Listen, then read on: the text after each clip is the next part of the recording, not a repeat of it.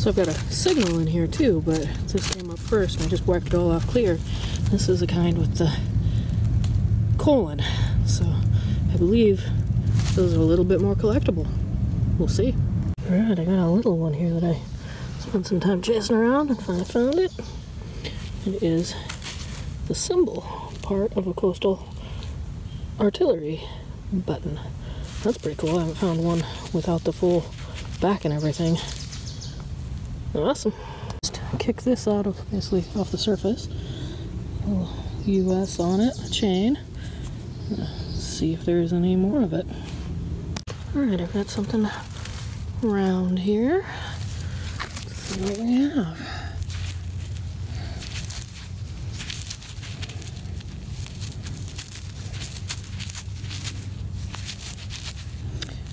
Let me get out a toothbrush. So far I have got nothing showing up. We'll work on it more. I was still digging out this hole and you can see I popped up this, which I've had a bunch of other iron bits come out. This looks more shaped than it is. You've got a knife. Cool. Alright, I'm just going to do one big wrap up for this video today. I did not film a lot of things while I was out in the woods. I just wasn't really feeling it. Still getting over that head cold, and I spent a lot of today on my belly under a big old bush, so maneuvering wasn't the easiest. But I did get some things out that I didn't film, so I'm going to start with those. I got quite a collection of buckles and strap guides. Most of them I've had before, but this one's a new one, and I almost wonder if it wasn't maybe a watch with the size, you know, leather strap watch. End of a belt, the metal piece for guiding it. One cartridge shell, 13 stars as always, a snap type clip, this hunk of rust, which I realized eventually is fingernail clippers. See that there? One of the speed loaders, magazine clips, big old hunk of iron that once was a lock. I don't see that one cleaning up much better than what it is now. Bit of a key, not quite the whole thing. Came out pretty crusty, like it's been burned.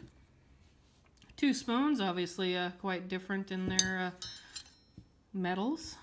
Nothing engraved extra on this one, like a name or anything. And then this piece, which is just a hunk of melted glass. You can see it's pretty interesting looking, but it actually signaled on my detector. And the reason it did is on this side, there's a watch band embedded in it.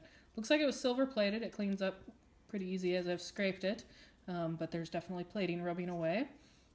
And I just like the look of this. It's like a fossil in a way. So quite interesting piece there. The things you did see me dig up, I got this Pepsi bottle, and the kind with the two dots in between the Pepsi and Cola. Sorry for the cough. Like I said, I'm still getting over the cold. They are the more collectible of the Pepsi Cola bottles.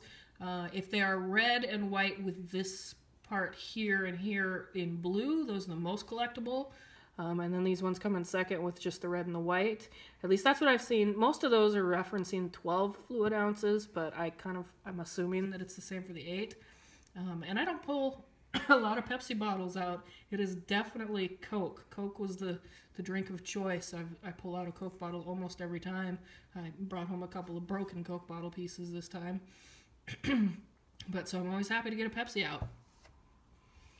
And then for a change, you saw me dig the emblem part of a collar disc rather than just the flat disc piece. So this is part of a coastal artillery disc, and as you know, I've pulled out plenty of the blank rounds so I could put this one back together, I'm sure. Pulled out a whole bunch of what I think are barrel straps, and then with it, this knife came out. You can see it says US there. And then LF and C 1941. Always nice to have a date on these. And then I think this is my favorite piece for the day, and it's part of a bracelet. I looked for the rest of it. I'll definitely keep looking for the rest of it if I get to go back to that area. And what the full bracelet was like, I'll put up a picture. But this piece here, flip it over, double it, second piece here, so the full bracelet coming around was a mirror image of this. But in between, in this area here, was a rectangle, kind of like a book, and it opened up and there would be a photo inside. So it was a hidden photo bracelet for the military, and it is marked. See if I can get it to show up. There we go. Sterling silver, patent pending. So that is a very awesome piece that I didn't know existed. It's not in any of my books. I did find a sample of it online though, so I'll throw that picture up. And then last but not least, I did get one coin for the day. It is a 20 centavos US Philippines coin. And I can't easily see the date, but with magnification it's in 1938. And it did come out really black, really dark. Couldn't see the definition. It's definitely wore down quite a bit. But I bought some of the Rocky Mountain silver sauce and tried it, and didn't even have it. It says 4 to 48 hours on that. It was probably in about 12 hours or so. I think I left it in overnight. So there's a little bit of reddening. I probably left it in too long.